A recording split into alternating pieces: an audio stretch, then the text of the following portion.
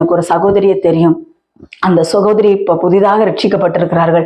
அந்த சகோதரி ஆண்டவர் நடத்துகிற விதமே வித்தியாசம். ஒவ்வொரு காரியத்திலும் ஆண்டவர் அவர்களுக்கு போதித்து நடத்தி கொண்டிருக்கிறார். ரொம்ப ஆடம்பரமாக வாழ்ந்தவர்கள், உலகத்துக்குரிய காரியங்கள் அவ்வளவு இதா இருந்தவர்கள். நாட்கள் கர்த்தர், அதான் சொல்றல, கர்த்தருக்குள்ள ஒருவர்கள் வருவாரானால் கிறிஸ்தவர்களாக அநேகர் வாழ முடியும். கர்த்தருடைய பிள்ளைகளே, உலகத்தில் இருக்கிற அத்தனை பேரும் எனக்கு இயேசுவை தெரியும், நான் இயேசுவின் பிள்ளைன்னு சொல்லிக்கலாம். ஆனாலும் கிறிஸ்துவுக்குள் வாழ்பவனே கிறிஸ்தவன். கிறிஸ்தவன் என்று பெயர் வைக்கிறவன் அல்ல, கிறிஸ்துவுக்குள் வாழ்பவனே கிறிஸ்தவன். கர்த்தர் யாரை ரொம்ப நேசிக்கிறார்?